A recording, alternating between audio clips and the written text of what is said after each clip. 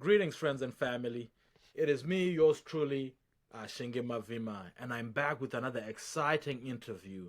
I'm joined here by my friend and political scholar, Mr. Boitshoko Molefhi, who I'll introduce in full in a little bit here.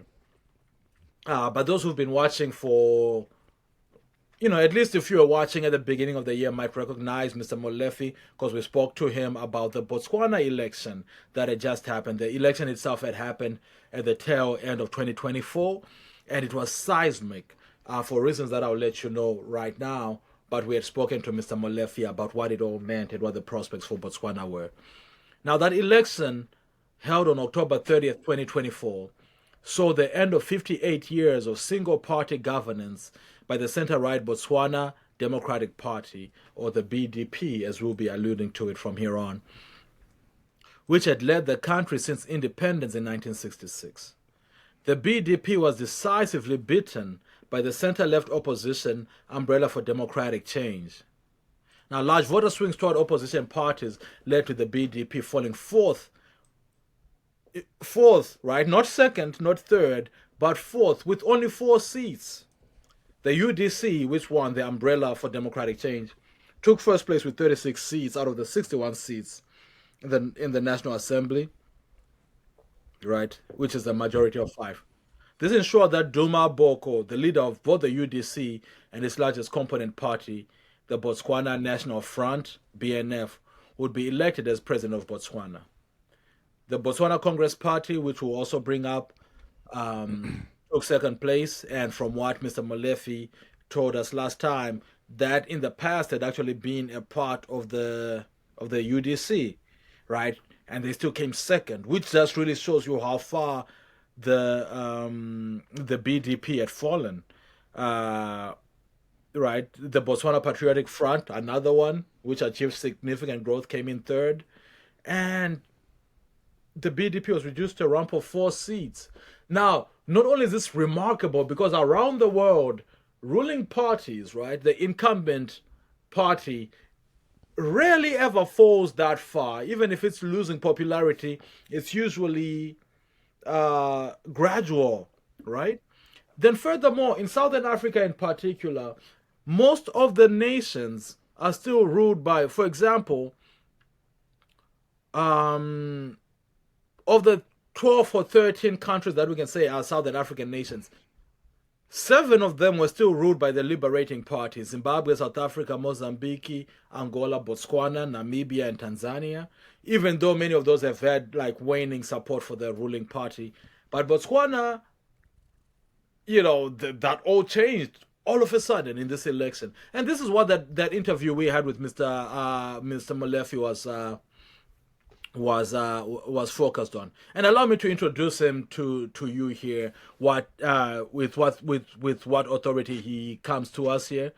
Boitshoko Molefhi is an established policy analyst, grounded in a multidisciplinary tradition, and through which he endeavors to humanize knowledge, making it accessible to target audiences, and ease the practical application of it. His policy practice focal areas include development policy, education policy, and social policy, and he's been at this work for spanning over a decade. In his capacities, he has made substantial contributions to policy development in Botswana's education, science and technology, and entrepreneurial sectors, while also periodically serving as a policy expert for GAB's FM radio station. Moreover, he's been a contributor to the policy advocacy initiatives of African regional forums such as the Mandela Institute for Development Studies, MINDS, South African Research and Innovation Management Association, SARIMA, and notwithstanding contributions in development policy in Detroit, Michigan. So very transnational here. Currently studying for his PhD in history from the University of Toledo with an emphasis on colonial and post-colonial Botswana. He also holds a BSc, a Bachelor of Science in Microbiology, and a Master of Public Policy Analysis, both from Michigan State University. The historic 2024 election we were just talking about has inspired him to curate a civic educational platform called strong people, strong leaders, oriented toward policy, education, and empowerment for everyday Botswana, so that they're informed to exercise the agency necessitated by constitutional rights. Mr. Molefhi, welcome. Thank you. Thank you very much. Indeed. Well, thank you so much for joining us again, as you are always ever so glad to do. And pardon that belabored introduction. We just had to bring people, uh, onto par with who we are talking about and what we were talking about last time. Indeed, Absolutely. and in many ways, Botswana. If there was some talk about Botswana around that election, right? Part of my intro last time emphasized how we don't really hear much about Botswana because of its size and general stability. But in that season, we heard quite a bit about it, and now it's kind of fallen off. Let's see, let Teboko notwithstanding, away Yeah. from the From the international political media. landscape. Yeah. Indeed. How are things in Bots a year into this presidency? Things are interesting, to say the least. I think one of the things that I had brought up in our first conversation was the idea of where the bar was set, right, regarding what the new government was intending to deliver to Okay. the people, not only in the first 100 days, but then within the first, year of being in power. So what we have seen in what has been close to a year, right? Because the inauguration happened within the first week or so of advocate His Excellency Advocate Duma Wako becoming winning the election with UDC. That what we have seen is a very or the development rather of a somewhat precarious situation. Not only from a public perception perspective, but also from the economic outlooks. As people are thinking about their futures, we've had a very huge upswell of certain social issues emerging. Chief among them being what's now considered a gambling or sports betting epidemic, right, in the country right now, as well. And GBV, gender based violence, has also been topic of conversation. So there are certainly like legacies inherited from the previous government, but they're also now having the rubber has to meet the road. Right. And in some respects, the rubber has met the road. In other respects, the rubber is yet to meet the road. The road, yeah. Yeah. Indeed.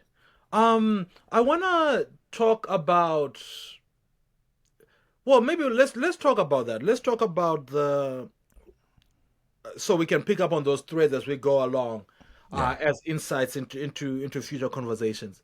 Sports betting and Yes. and gender-based violence, which, if I remember correctly, I don't know if it was in the interview we had or if it was just on other conversations that we've had. That was even a big issue, perhaps more than in most other places. You may not think like gender-based violence is on the ballot in that way, Yeah. but it seemed like it was. Can you tell us a little bit about why it was on the ballot then, and why there continues to be a very specific Issue. attention to it right now? Is it because it's incredibly high, or is it because it's involved some very important people? Is that what gives this hyper visibility towards policy To in ways that maybe other places may not find may to be not. negative? So I think there are multiple factors, right? I think one, Botswana is a very small country, right? I think 2.4 million, and you know we know each other. Like if I don't know you, I know someone who knows you. If not, I know someone who knows someone who knows you, right? So part of that. So one, Botswana being small is that when things happen, oftentimes you are either affected in the mix or someone who's affected in that mix, right? And so again, when COVID-19 happens, gender-based violence had always been like a very robust topic of conversation. So when COVID-19 happens and the pandemic and things shut down, you see this upsurge, right? Of these cases being being reported. Right. What you also see is a government within the BDP government where the then minister of of I think it was Home Affairs and Gender, or Home and Gender Affairs, blatantly saying in Parliament that GBV is not a priority issue for the nation, right? Wow. Which caused a whole uproar. Right, particularly because there had been multiple cases of prominent individuals, right, being reported because, a lot of it had to, and because, again, interpersonal relationships are caught up in the mix, right? So you had people in authority abusing the authority to undermine certain people. So there was a case where a higher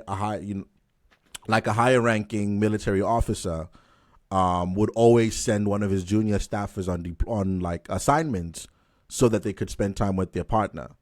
Okay. Right. And so when this person found out, he took his partner's life, attempted to take the life of the senior officer, and eventually took his own life.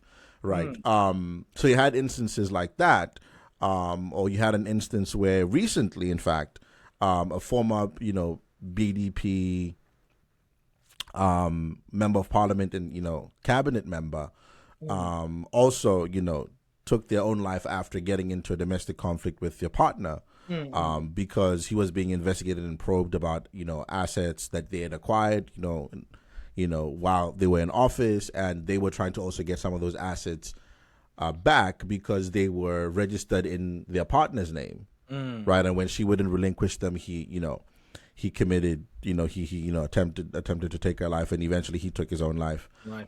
So there's been a confluence of, I think, Botswana being a small country, so a lot of people knowing people who have dealt with this, and a very unresponsive governance infrastructure, right? Where there's a young lady who reported her boyfriend to the police for domestic abuse, and he went out on bail and eventually took his own life. Right. That the infrastructure itself has not been responsive to issues of gender-based violence. Okay. And so when the institutions themselves are not finding ways to mitigate or at least intervene, that creates, right, a swelling, like a groundswell of issues. And then more so when UDC came in, the appointed minister for that, who was responsible for these issues, again, was someone without any political experience, someone without any bureaucratic experience, right? And so you're putting an inexperienced person in a very volatile space. Yeah. Right. Lesego Chombo, who was the former minister, in that capacity. So when she came on board, again, has no bureaucratic experience or any government work experience, has not worked in that space. I think her prominence is particularly through pageantry. So she was at one point Miss Botswana, and she's segued into like political pursuits. But because again, she was not capacitated, at least in my opinion, she didn't have the capacity to really deal with these things. Right, that also further created other problems. And then when it comes to gambling, with the economic uncertainty, already what we'd seen happen is circa 2023, a very, very shocking statistic came out that 50% of the debt in Botswana was personal loan debt. Wow. Right. And so there was clearly a societal issue around, financial literacy, financial responsibility. Mr. Molefhi, if I don't know if you have information like this on hand, but what do those numbers look like in other nations? I'm just saying that to say, like, to foreground how high that is, for example. I wouldn't have any numbers, to back that up, right? So, but to put it into further context, right, also is that the biggest employer in Botswana is government. Right? So you have people who, and that creates a very pervasive issue because these government jobs in Botswana are very secure. Right. Right. At one point, and at one point there was a very prevalent practice early on in Botswana's development where we had a system called permanent and pensionable. Okay. Right. So basically, once you are given that status, right, it's essentially like you're unfireable until you retire. Because if they fire you again, if it's they fire you for like a non, detrimental to institution, reason. Okay. Like you can just be like not productive anymore. And even if they fired you for that, then you're owed all your compensation up until retirement. Right. Right. So the permanent and pensionable policy was instituted initially to incentivize people to take on these roles because we didn't have a lot of human capital at the time. So it was a way to build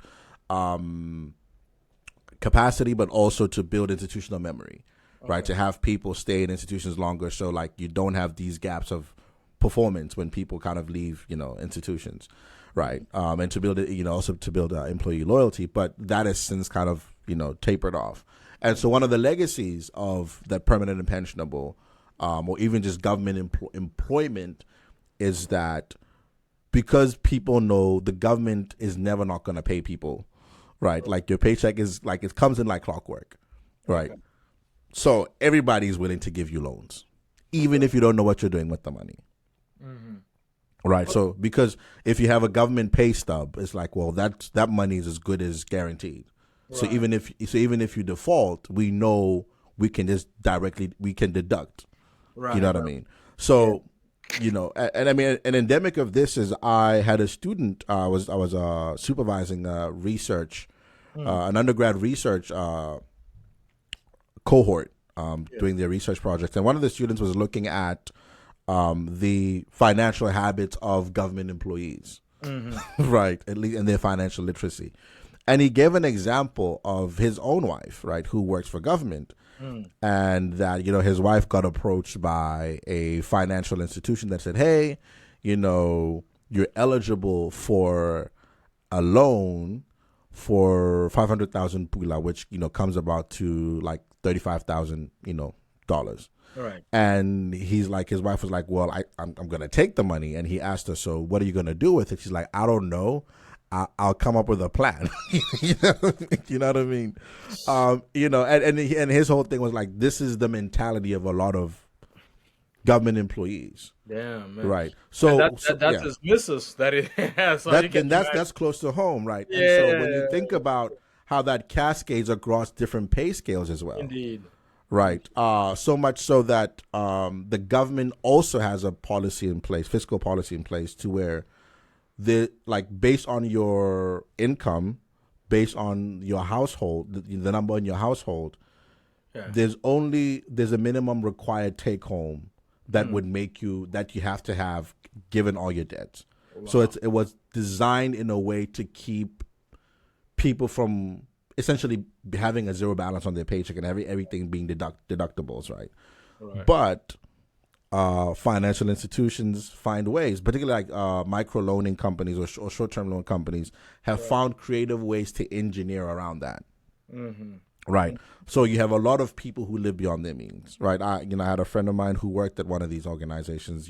Shared a case of a person who, was making $6,000. Okay. Right. Monthly. Right. Had a take home, after all the deductions that they were already having, had a take home of roughly $80 at the end of the month. Right.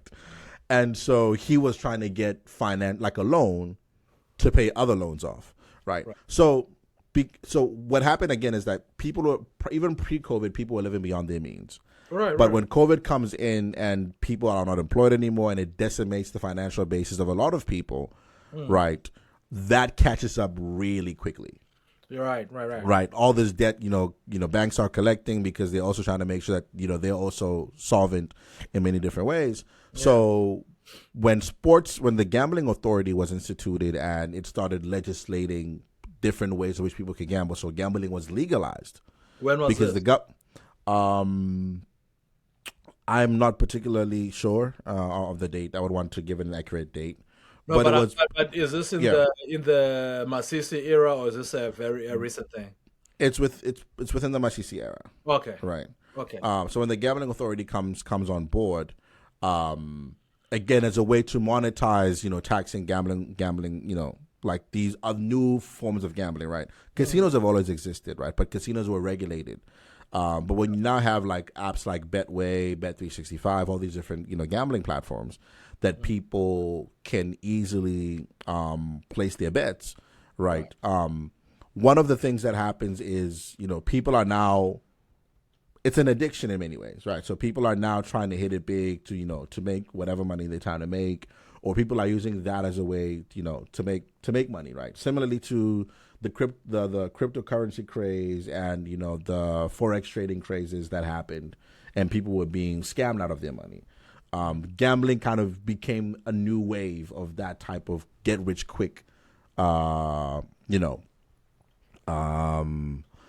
rich quick schemes, right? So it was essentially, now in light of the economic uncertainty that's come as the new government has come on board as well, right? Because diamonds are not doing so well in the market right now. The government is also trying to find new ways of raising funds. There have been issues around the government for a while was struggling to pay government employees for the first time in a very long time, where people were being paid in batches. People's paychecks were being pushed further down the line because the government was trying to juggle. The government actually even went into the pension fund to borrow money from it to pay people, which again is unprecedented in Botswana's history, to use the pension fund to pay salaries. okay, Right. As well. So all these different measures were being put in place to address the economic uncertainty. And that kind of bled into, people trying to find ways to make money quickly. yeah, Right. okay. Yeah, absolutely. A bunch of different factors kind of have led to this, essentially. Okay. All right. So I want to come back to those things a bit later because I think they are emblematic of some of the moves that have happened in recent years. But I'm also keen to not make it seem as if, and unless that is the case, of which we can touch on that when we revisit it. I'm keen not to make it seem as if the biggest thing that Duma Boko has faced is Yeah. soccer It's betting. gambling, yeah, You know what I mean? gambling and that, You yeah. know what I mean? And just a quick point of correction: the gambling authority was officially operational in 2016, so just before, so like 3 years before Masisi took over, Before right? So Masisi on the tail end of Sesrata Khama and Khama's presidency. Just wanted oh, to make that point of correction. sounds good. Yeah. Hey, by the way, real quick, I've noticed you say Sesareta Kama, Ian Kama, right? But Yes. Sesareta Kama was his own person. Why do you say it like that? So that is his actual name. So Oh yeah. yeah, so his name is Sesrata Khama Ian Khama, right? That's how he's introduced. Which again, his name is Ian Khama. Yes, those Yeah. are the names that he goes by. And his But father was Sesareta Kama. his father was Sesrata Khama, so it's in many ways an homage to that legacy, right? To the legacy. Overtly All so. right. Wow. Okay. Yeah. Sesareta Kama, Ian Kama. All right. I was like, why do you say both names? All right. All right. That's interesting. All right. Yeah, So, and this sort of ties in with some of what you've already been talking about.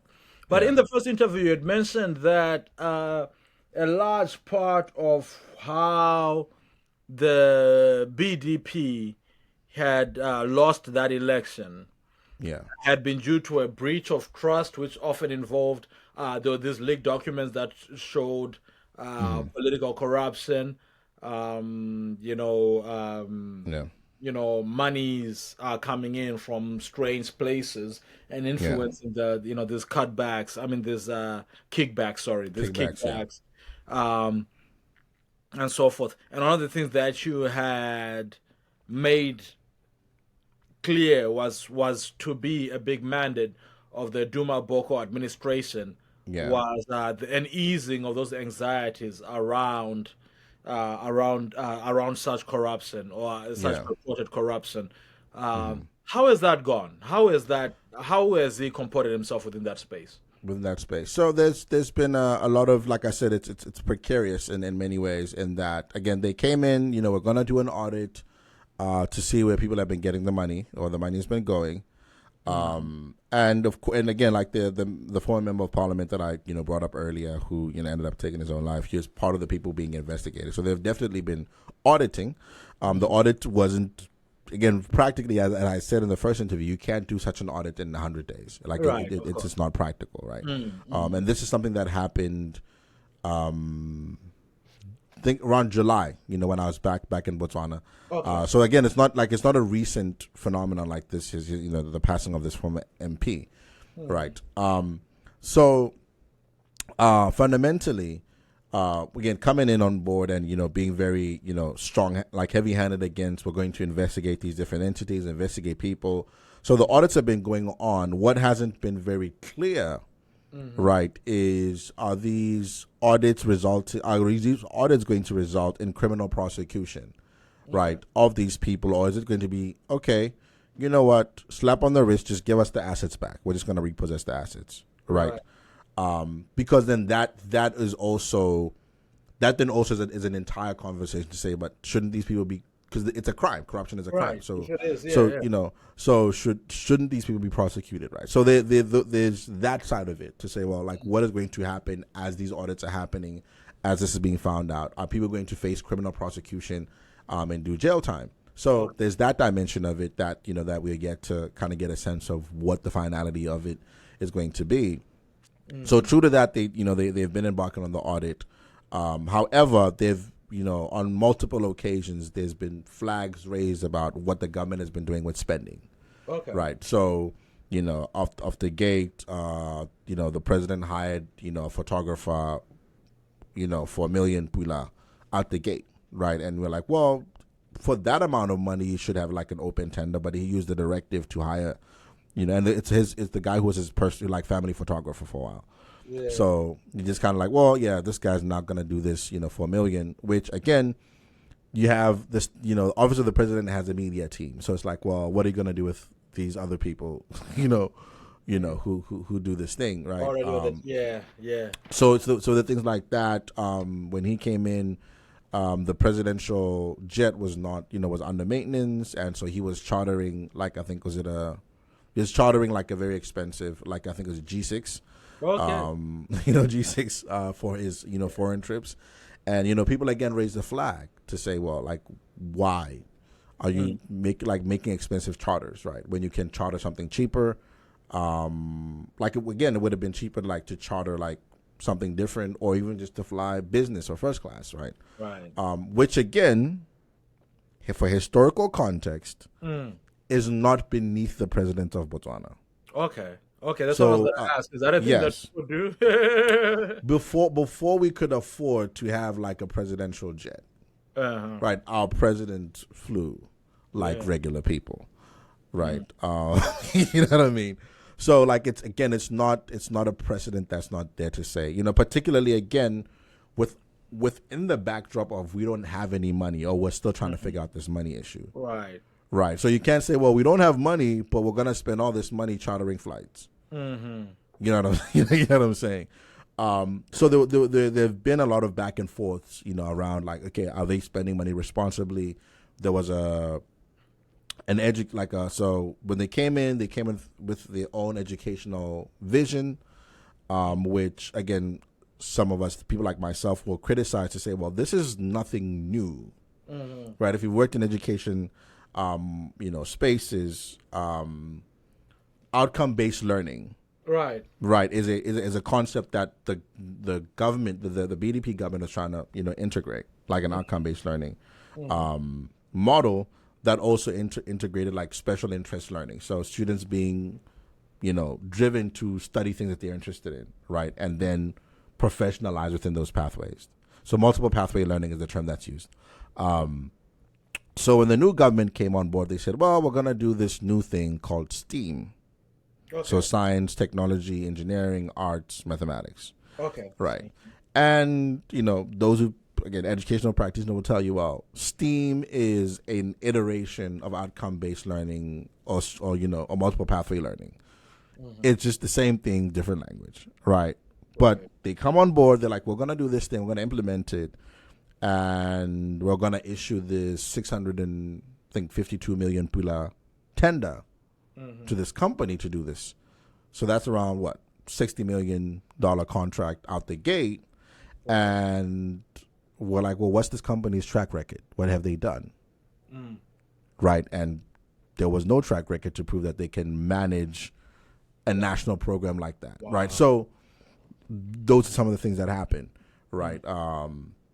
In that regard. And then, very recently, and we'll probably maybe touch on it later, the government has been looking for new ways to be fiscally responsible, but also to fundraise. So one of the things that the government has tried to do is, partnering with different African countries to essentially collectively buy medical supplies Okay. and then divvy them up, because then higher quantities, lower prices, easier logistics. So some of those things that they're trying to do, they're trying to create stock values for certain government services, so people can invest in government services being perfected, or at least being done better. So there are these different and innovative ways they're trying to raise money, Okay. and but also negotiate these new contracts. But one of the pushbacks that's happened too has been the discussion of, well, you're signing all these MOUs, all these MOAs, but we need to know what the timeline is for execution and implementation. Okay. Right, because you don't want to, because again, people don't want to be played in the sense that you don't want to say, well, we have all these MOUs and all these MOAs, we need another 5 years to implement. Mm. Right. Which again can be fair, but also that could be a way to manipulate people. To kick the rock down The rock down the road, right? yeah. So I think people are also kind of weary of that as well, because there was a lot of signing of documents and and things with But previous is that an with the previous government. indictment? Is that an indictment of the administration, or is just that more indicative of just society's insecurities around those issues? By that I mean, is that a case of maybe these guys won't do this? You know how it is. To use a Yeah. parallel, is it a case of, if my girl's going out to the club by herself, and we can do that because this is the kind of platform, Yeah. Yeah. I can be worried because I am just worried because I am me and whatever my experience has been in the past, Yeah. or I can be worried because it's her. Yeah. So I guess in this case, I'm asking: is that an indictment On of, her or on of you. Yeah. right, or is it just Yeah. based on what people have been through? I guess. I think it's what people have been through, right? Okay. What has happened, credit to Botswana. I think what has happened is, people are saying, okay, this is your chance, this is your opportunity, right? We're gonna judge you on what you've told us you're gonna do, and how you go about doing that, Right. right? So we're not gonna look at you and say, well, the other guy over there did this, right? If that happens, then we'll have that conversation to say, we're concerned this might be going this way, right? Just let us know that that's not the game that you're playing, right? But I think fundamentally, what has been the norm, at least from my observation and just getting a barometer of what the space looks like, is that people have been more open to seeing how things play out. Right. Right. It's okay, cool. You're doing these things, right? Let's see how that plays out. Over the long term. Of course, when it's issues that are fundamental and existential, right? So the issue of Botswana citizenship now being available through investment, that then becomes a very polarizing discussion, right? Amongst people who are we don't know what this means for us. Yeah. And ultimately we don't know what it means for our children and their future, right? So you're having these discussions around what is it now, and again, I think this conversation hasn't come up yet, but it will be interesting to see how it goes. How it goes, but like, what does it mean to be a Botswana? To be Botswana, yeah. Right, I want to come back because to that point. I want to come back to that point because full disclosure to everybody watching this. This is a conversation that has come up 2 or 3 times in when I've spoken with Mr. Molefhi here, which just kind of shows to me the elevated importance he places upon it as sort of an insight into how Botswana are feeling about this issue. But I want to go back to his early days here, to the administration's early days, yeah, because you also told us in the last interview that His Excellency was hoping to kick it off with things like a national listening tour, national youth outreach, these things, yeah, right?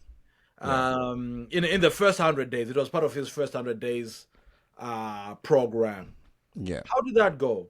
And yeah. I'm not just saying to hold it specifically to the parameters of did he do it in the first 100 days? Days or not, yeah. But if he's done it at all, and Mm. whether what the conversation around that is like a year It's later. like, yeah, Yeah. yeah. I think in part, some of those things have happened. Again, not within the 100 days as as purported, because again, there's a lot to do. Administratively, even before you do anything pragmatic or practical, like orienting an entire, like an almost entirely new government, Yeah. right? Like it's a Herculean effort, right, unto itself. So they did kick off presidential listening tour, although that was frequently interrupted by the president's travels to Ghana investment, all these different trips. But that was something that they tried to do with the youth forums as well. They created a platform where young people could submit like transformational ideas that the government could invest into, right? But even that as well had its own, but that had its own challenges as well. Right. In that like timelines for certain projects. How do these projects align with government priorities? How align our government priorities with local, regional priorities, right? And like kind of how these projects are being assessed. So there's been that as well, and really,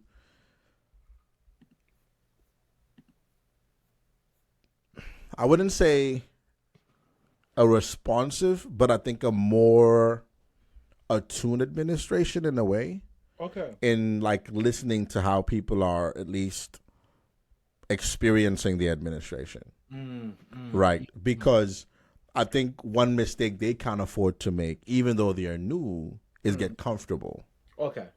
right? Because what is seeming to happen now is that the BCP is actively trying to position itself as the replacement for the UDC. Like if the UDC doesn't perform, then the BCP is trying to, again within the public eye, present itself as the next alternative. And to be clear, the BCP is the party that was a part of the umbrella of the UDC in the last Yes, election. they're formerly a part of like the umbrella for democratic change. Yes, Okay, and then they left, and they actually ended up coming in second in the last second election. in the last election. Yes, so the Okay. Botswana Congress Party. Yes, Okay. so Go ahead. yeah, so there's this very attentive, right? Like I think attention to what people are saying, how the spaces are looking, because their margin of error is small, right? I think, as I'd said in our previous conversation, the bar was set just too high for a 5-year term, Right. right? And people are expecting that you deliver on those promises, right? Because again, you haven't gone back and said, yeah, we cannot do some of this stuff, right? I think you've kind of maintained that perception of, okay, we said we're going to do these things, we're going to do these things, right? And so as situations arise where people might maybe have cause to pause about what's going on or like how things are playing out, BCP, like I'm saying, like they are finding, or at least trying to find inroads into positioning themselves to be the second alternative, right? Because I think what Botswana have demonstrated with the 2024 election is that if they don't like you anymore, now they will replace you. You know, because one of the things that makes also the 2024 election unique in a way is that it caught Botswana at the end of a very dark time historically. I think socially, economically, culturally, even mentally, psychologically, for a lot of people, caught Botswana at the tail end of a very dark time. Yeah. Right. So I think the death and the disruption that happened with COVID, right? I think as someone who's been in this space, I think the only comparison that people would have to that would be like when the HIV/AIDS pandemic kind of was flaring up, right? Yeah. So Yeah. you know what I mean. So once the government got a hold of that situation with very robust antiretroviral therapy programming, prenatal, HIV/AIDS prevention care programming. Once all this robust stuff was put in place, Botswana has not dealt with that level of devastation, right, or disruption. The closest thing being motor vehicle accidents, which have always been a thing, but again, it wasn't COVID, where people are losing their jobs, people are losing their families, people are losing parents, like both parents in one go. There's a family that I know where the mom passed away one week, then the dad passed away the next week, and, so you have all this disruption, financial uncertainty for this. So all these things are happening and the governance is in decline. Right. Right. And so, people are at a point where like we have really nothing to lose. I mean, it could get worse, could get better, but and so with that background, I think going forward, because memories are still fresh, people might be more prone to not being forgiving, right? And wanting to put someone in, if they're like, well, you're not who you said you were. We're just gonna switch you out. So, BCP is counting on that because, again, they're the closest, again, being number 2 in the 2024 election, they're the closest to number 1. Right. Oh, yeah, for sure. And I want to touch back on that real quick. I want to touch back on the BCP and how they stand as a representative of the opposition now. But I do want to, I think something that you're talking about that I think is very interesting is you had mentioned in our first interview that His Excellency Duma Boko had lost the 2019 election, largely in large part to how he came across as being unrelatable, possibly arrogant. This Harvard trained lawyer and this. Have people made people had to have made peace with it to some extent to vote for him, even though we talk about all the other intervening factors that led to the election of the UDC. A year out, how is his relatability being perceived? Is he how's that going? Yeah, I think it's people made peace with it, hoping that okay, he changed, man, but might be better for it, But again, that's still been a thing, right? Where there's still a perception that this guy operates in this way, and it's not conducive to leading a country. It's not conducive to governing people with different perspectives, different opinions, right? So definitely, there's a bit of rub there where people are still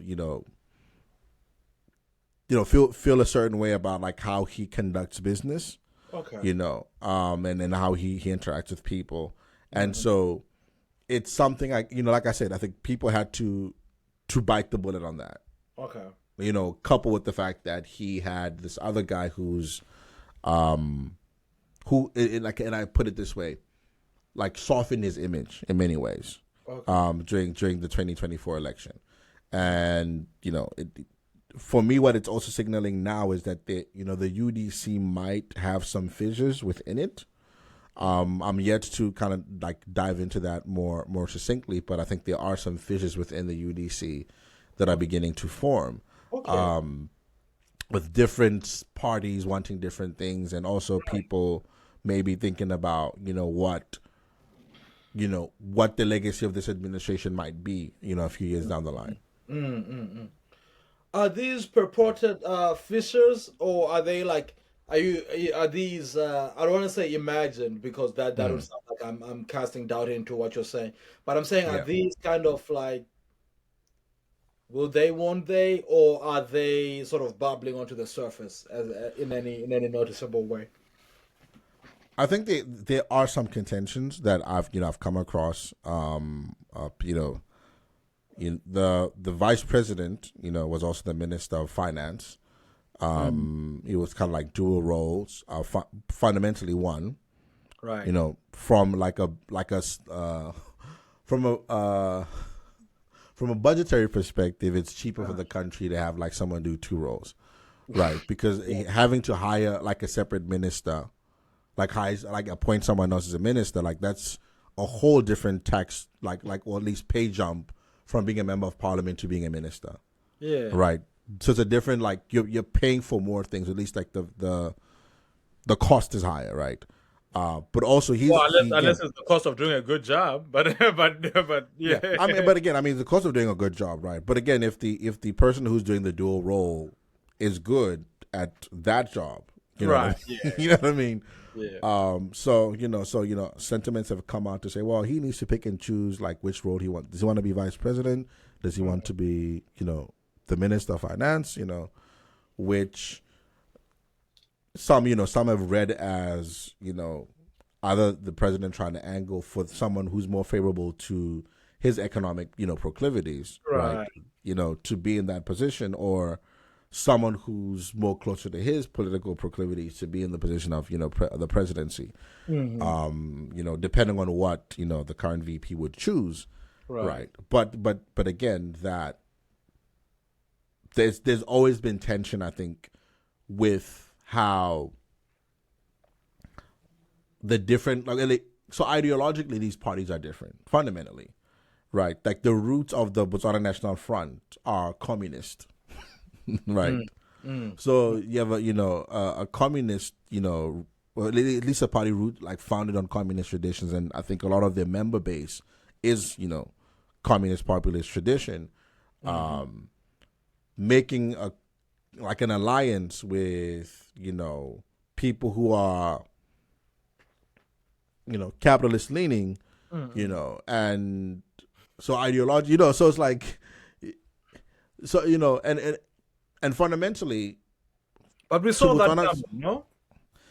I mean, to Botswana's credit, I'd say that from an issues perspective, we don't have much of a difference.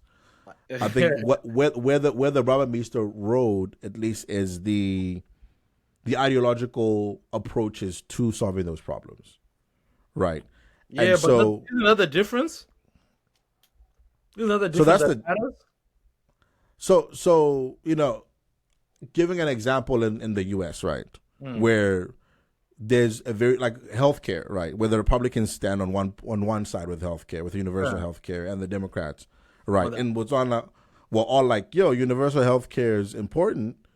We may differ on how you execute it, right? To Right. say like so so even within this alliance, this convenient alliance of UDC, it's that for the most part we want the same type of things to happen, but how we're going about it is inherently different, right?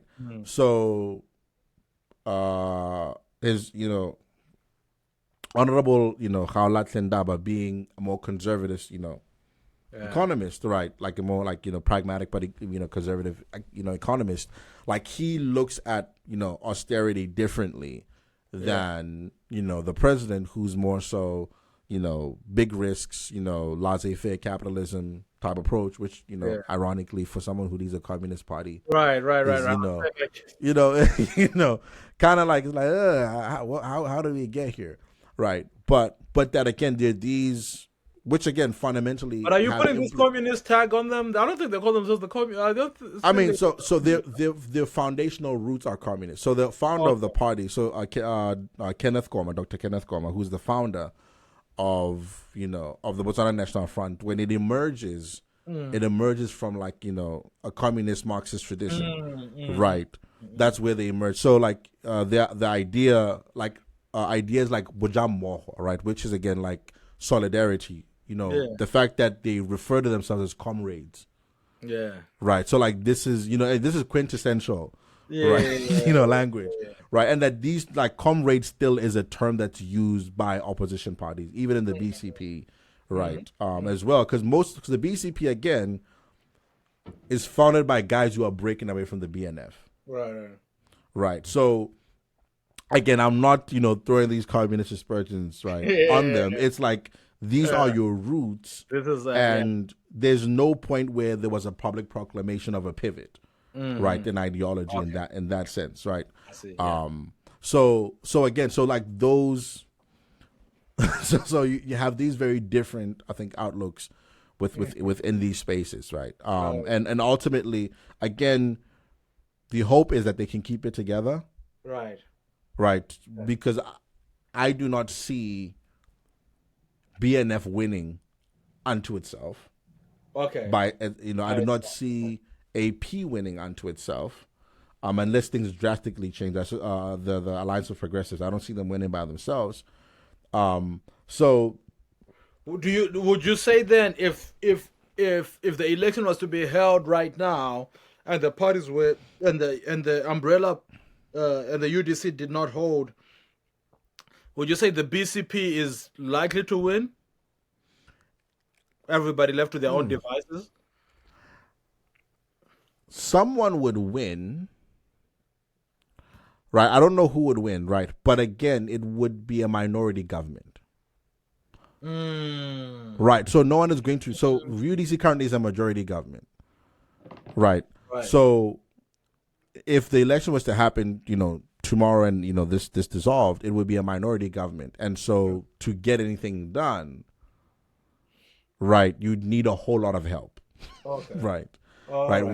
Whereas now with UDC having 36 out of 61, that is what I mean, like that is a at least a good 50%, so you can get a lot of stuff done.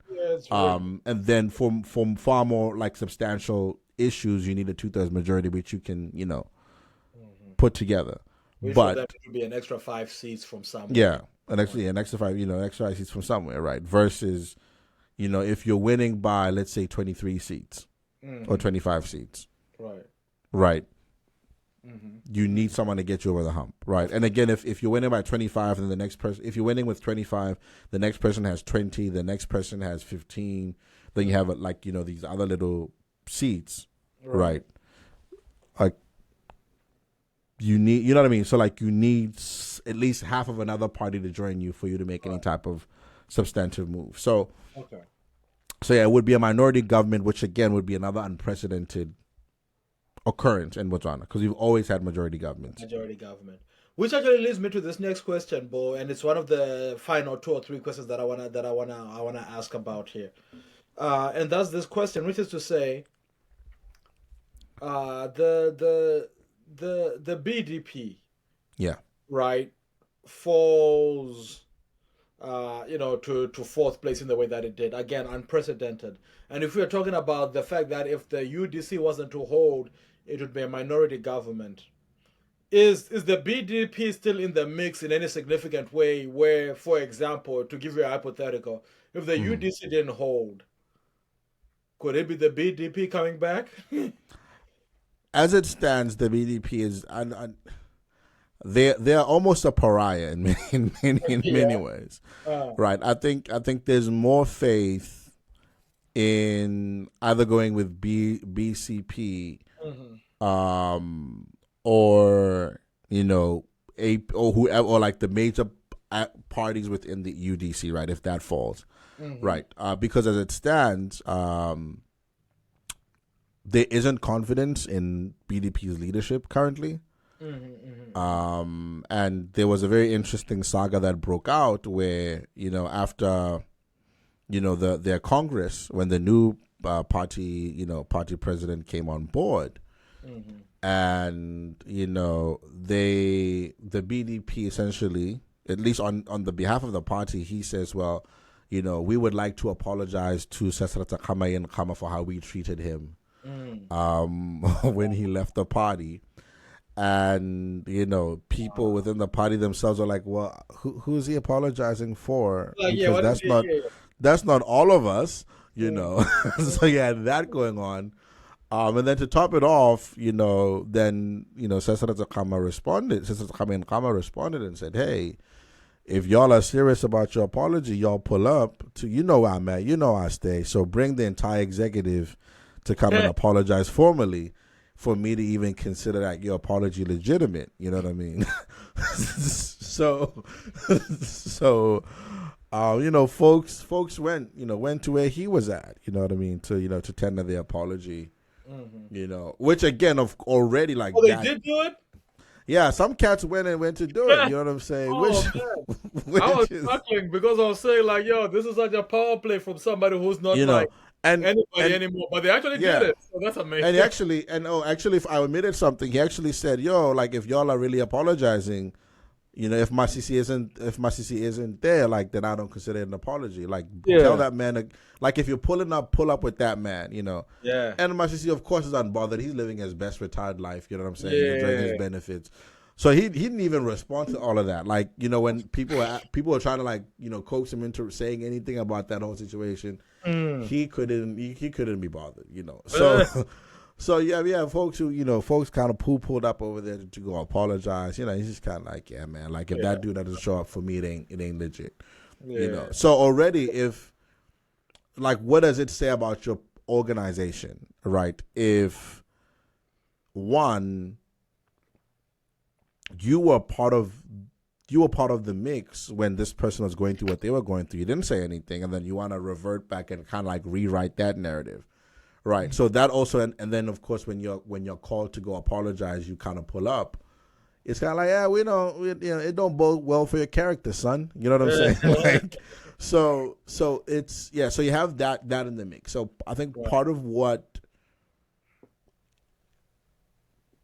the BDP has to deal with, right? I think it's its legacy internally of division. Well, there's one, it's internal legacy of division, because as far back as I think as far back as Sesrata Khama's administration, Sesrata Khama Ian Khama's administration, as far back as 2009, I would say.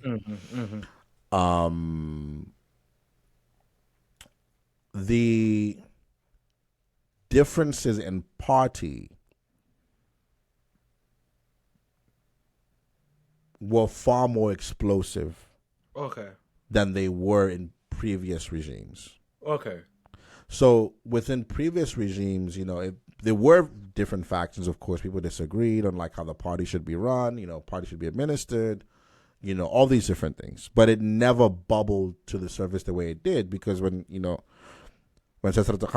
Ski comes in or Ian Kama comes in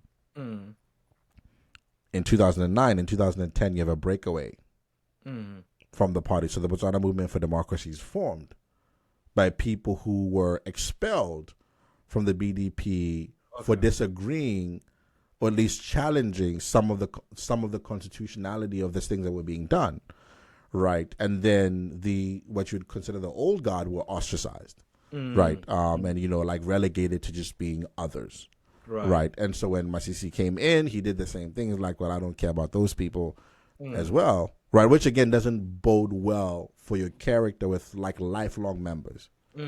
Right. So when you have this fissure that happens with the BMD in 2010, then ultimately you have the Alliance for Progressive that forms as well as another fissure. Right. This issue of delegates being bought, so people being paid for their votes to vote for certain people in certain positions, right? Which then, again, people who know who's qualified, who's not.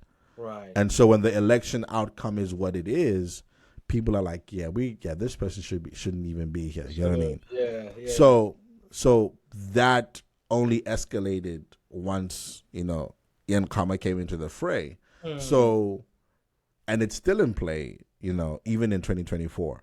So 2024, 2025. So because that integrity hasn't been restored to the party, or at least the issue of the divisions haven't been addressed, that's the first hump.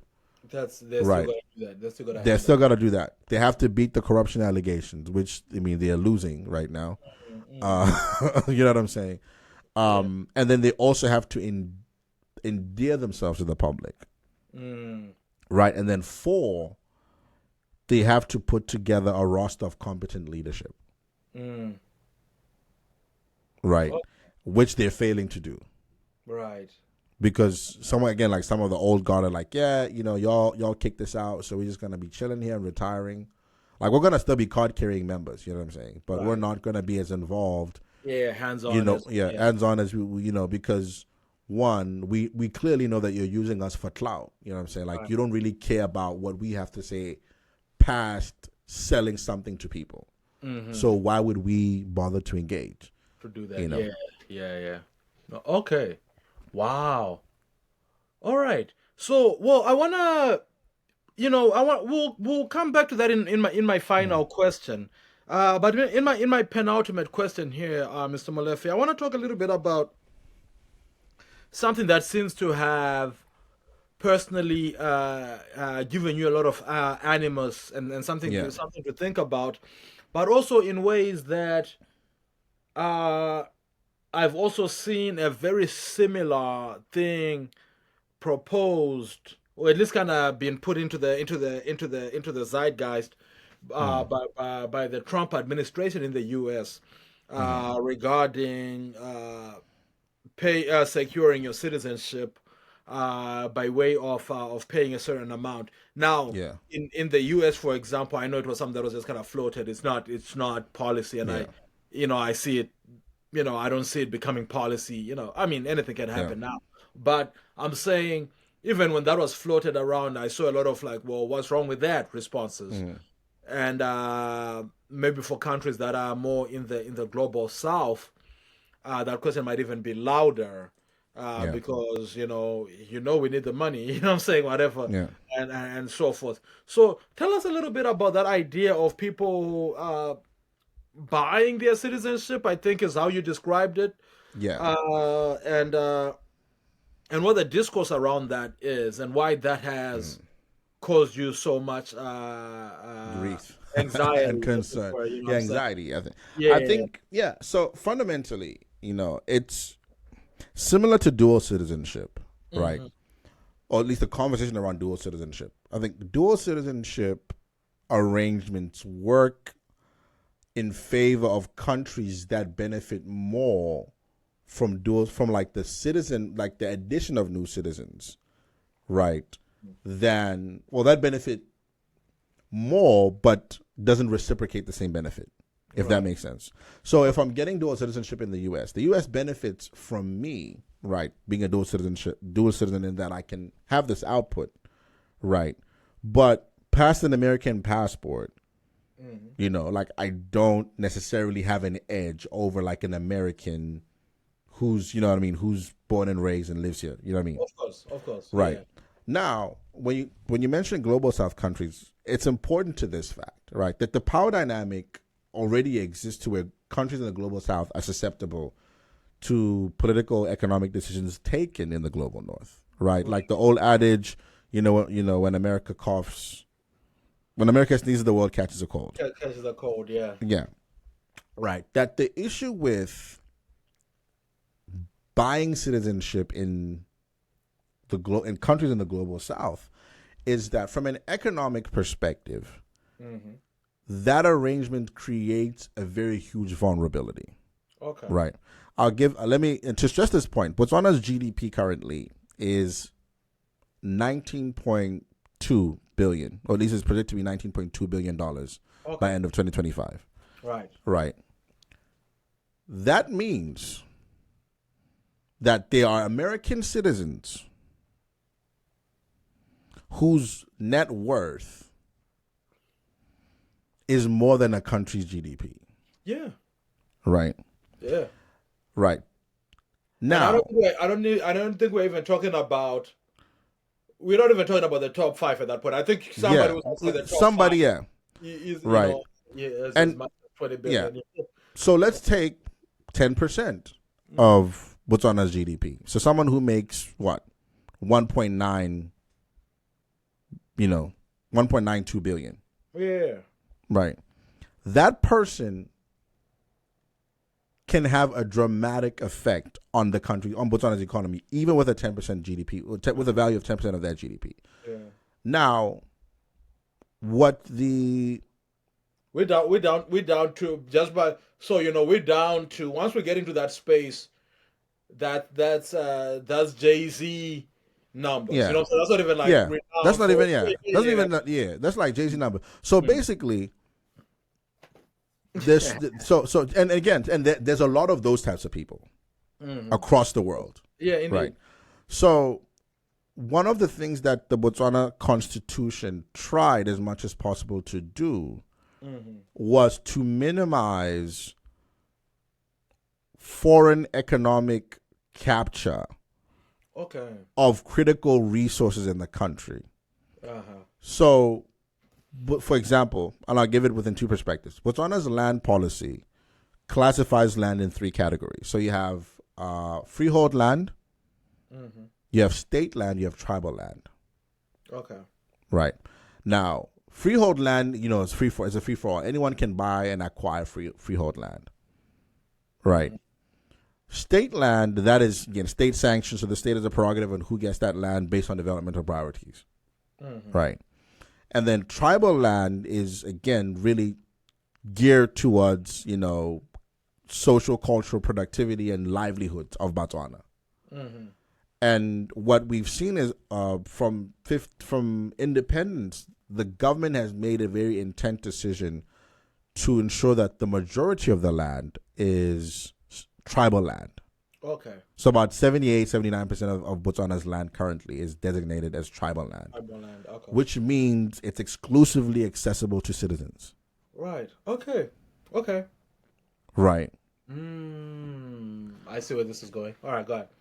A lot of the capital financing for development in Botswana is done, like, again, a good amount of it is done by parastatal, so government-owned enterprises. Right. So the Citizen Economic Development Agency is one of them. The National Development Bank is another one of them. And these give millions upon millions of seed capital for business development in Botswana. Okay. What do you think happens when people from the outside who have a solvent cash flow can come in and buy their citizenship and access these opportunities? It severely undercuts the Botswana already who can. Right. When you think about big, government contracts, when I can come in and buy my citizenship, that means I'm already coming from a certain wealth base. Of course, yeah. Right.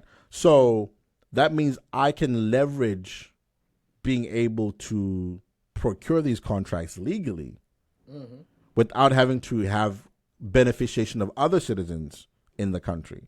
Whereas previous legislation dictated that for any foreign company that makes money in Botswana through contracts, they have to outsource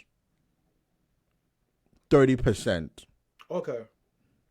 Minimum of 30% to Botswana-owned businesses. Right. So now what happens if a foreign entity can acquire citizenship? That means they cut out all those people. They can do that. Yeah, they can do that. And then the glaring hole in our fiscal policy is that there is an unrestricted repatriation of profits from the country. What more diabolical way to do it than being a citizen? Wow, man. Right. So there are all these gaps around resources, right, that can facilitate economic capture in ways Botswana has never experienced. Yeah. And this has this become is this official policy now? Is this where does it stand as far as yeah? Is this a legitimate worry that folks have right now in terms of not so much because how you explain it makes it a legitimate worry, but in terms of it whether it's actually going to become a thing? Yeah. So from what has been communicated, starting January 2026, like that is going to be a process that's available, Mm-hmm. right? And you know that then is like creates concern, right? For people who, again, like I said, if you are a small economy like Botswana, you're far more susceptible to individual influence than you are in the United States. So in the U.S., like even if they sold their citizenship, like there are very few people who have enough money or wealth to significantly affect the U.S. economy. Mm-hmm. You know Mm-hmm. what I mean? Yeah, yeah, Versus Botswana, like I said, $19.2 billion yeah. of GDP. Like it's not, it's not like a very significant amount of money. Like when you put it Yeah, within the it's context not of like, untenable. It is the kind of yeah, money that somebody who has nefarious or otherwise interest in having a controlling stake in a nation yeah, could fork out a good $5 billion for the cause, or something like that. You know what I mean? Which is a quarter of you know what I mean? So, yeah. um, So for some people, it's literally a drop in the bucket, right? Yeah, right? it really is. It And really is. then when you now talk about organized crime, money laundering implications, where we don't have a very robust system, right? And what that can mean for credit ratings and all these other different, economic outlooks, right? That these are things that, you know, at the top, I mean, at the top level, people might be unaffected. For them, Yeah, like it might yeah. not. But for the everyday citizen, Common man. Yeah.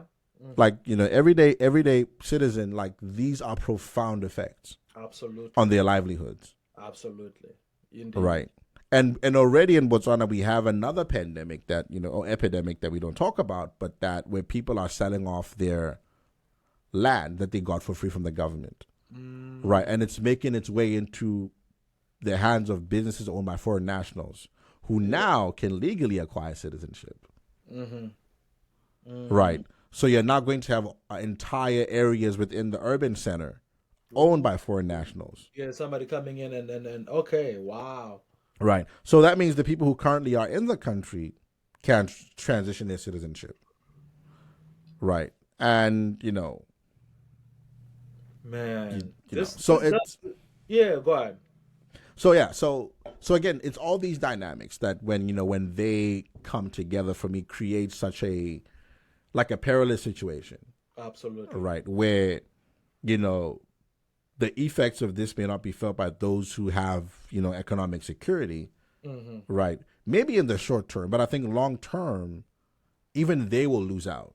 Of course, of course. And then that opens doors for corruption and all this. So like there's just it's a Pandora's box, and I know that term is used like Yeah. is overused, but for me it truly is a Pandora's Oh yeah, box, no, I think it's right? definitely yeah, it's definitely uh it does set up it does set up a yeah, I think there is a pipeline here to essentially mortgaging out your heritage. You know what I mean? In Yeah, ways that, but once you mortgage things out, there's a chance that it gets foreclosed yeah. and you never come back. You know what I You mean? never Like come if back, you put out there.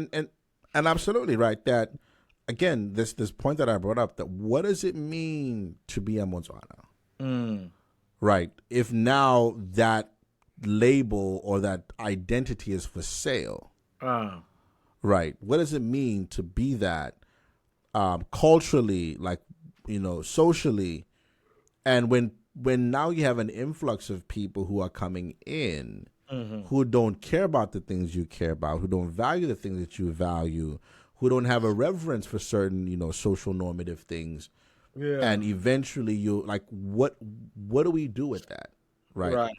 I mean, Ghana, I don't think Ghana is selling its citizenship, right? But one of the things Yeah, that but but Ghana, but but I'm intrigued by that though, Bo, because it sounds to me that sure, I think once you get to that side of things, Mhm. in what way is that different from anti-migrant discourse, except for the fact that people have to pay here. Because I think if what you're talking about is somebody buying out what could be 10% of the economy, sure, or Yeah. of the nation's monies, or worth, that's one thing.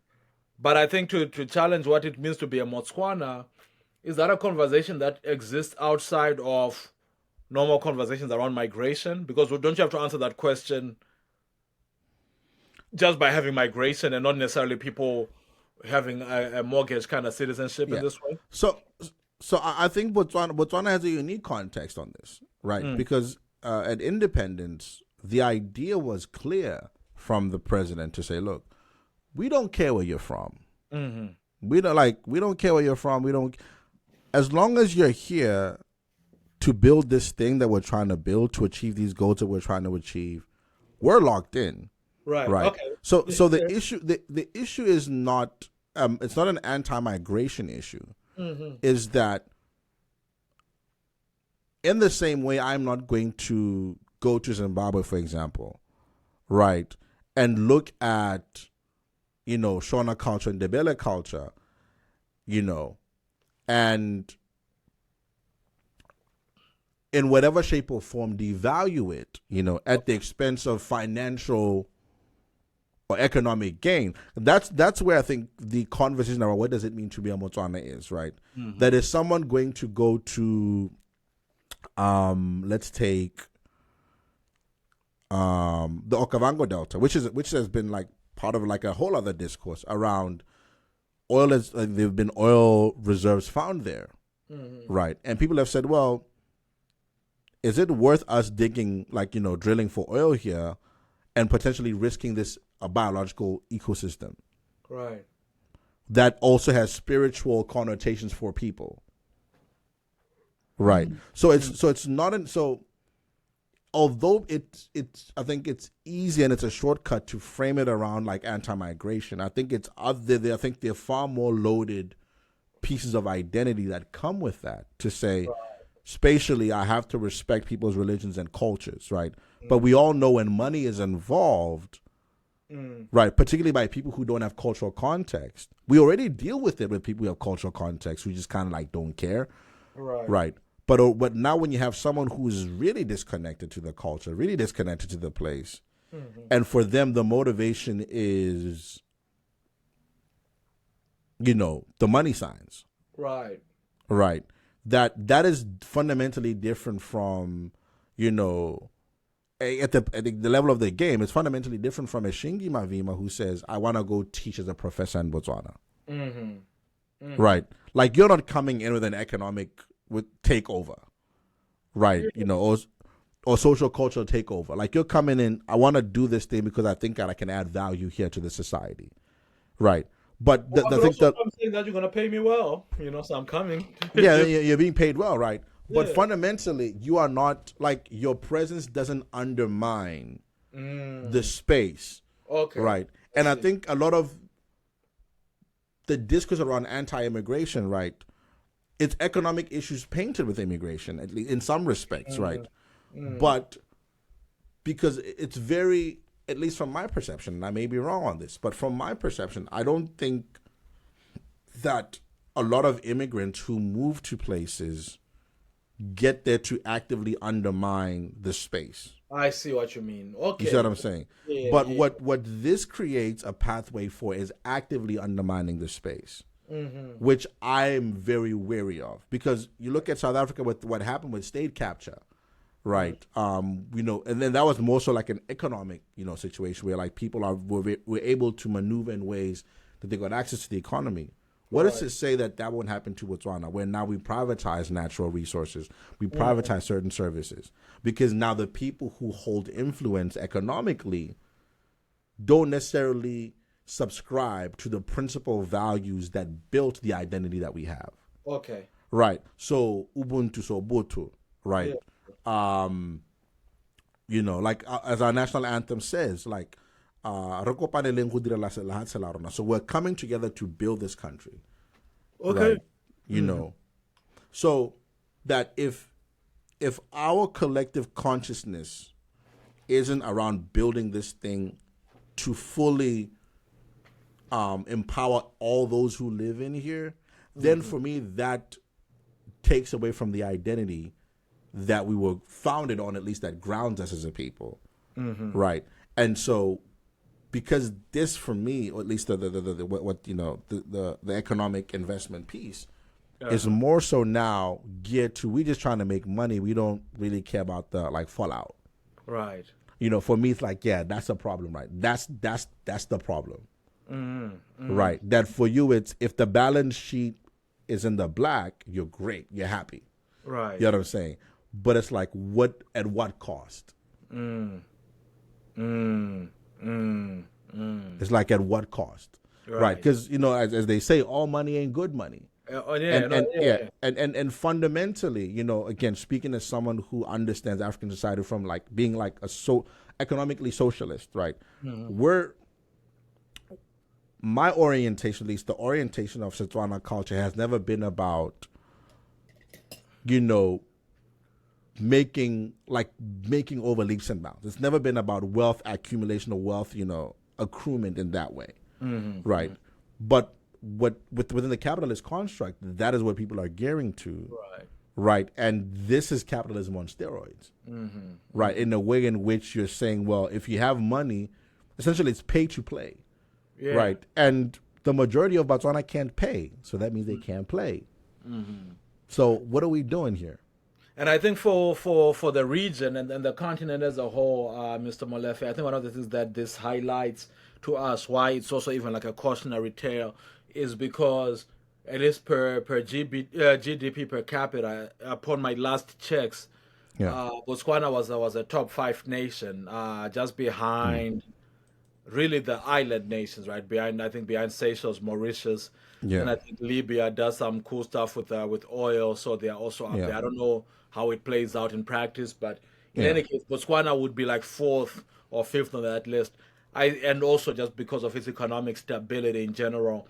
There's also an idea from the rest of the continent that, like, if Botswana is doing this, right, it's it signals like, okay, this is a cool move to make. That means, like, for the rest of us, we really should be up for sale. You know what I mean? Yeah.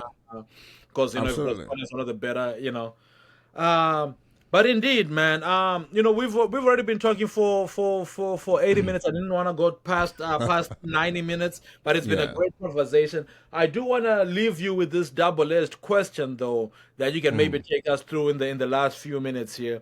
All right. Which is to say, what do, if in a year's time we reconvene again to see how this is going? Two responses to that question. One, if it all goes well, what is the UDC and Duma Boko, what would they have done in a year if this all goes well? That's one. The other part of that is, realistically, what do you foresee as having happened in that year? Like, all right, so one of them is the best case scenario, but one of them is this is what's optimal like. case. Yeah. Yeah. So just kind of like springboarding off of like the recent like point that I was bringing up. I think first would be just to say, we didn't really think through this citizenship thing. We're gonna repeal that. I think that's one. Okay. The second thing that we would have to, that I think like in a year's time would be optimal for them to do, is to say, we have to put in austerity measures, right? If it means from the administrative side, right? So we have to cut back on certain things. We definitely do cut back on those things, right? I think 3, what I would hope happens is that when we think about economic growth, right, and expansion, that we, at least the government, looks at these things from the perspective of what are contextual priorities for development, right? it's easy to look at the GDPs and GDP per capita and all these other different, conventional metrics, right, as means to say there's growth, right? But I think that as Botswana is, making a turnaround with the diamond market as it is, and all these other different things, right, there's certain outcomes that I think far outweigh economic growth, right? So if we can build confidence in our public education system, that would be great. Okay. Because we've seen a decline in academic quality in those schools. They've been under resourced for a while, and subsequently that has an effect on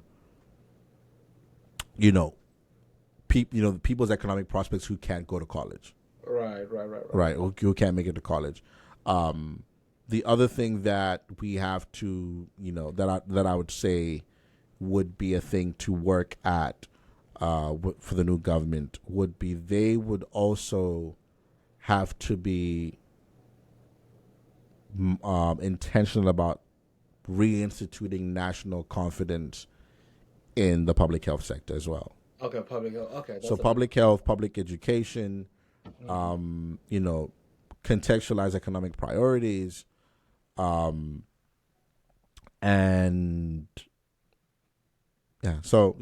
public health, public education, contextualize development priorities, and then also repealing this citizenship by investment initiative that they are trying to run. So that's optimal, right?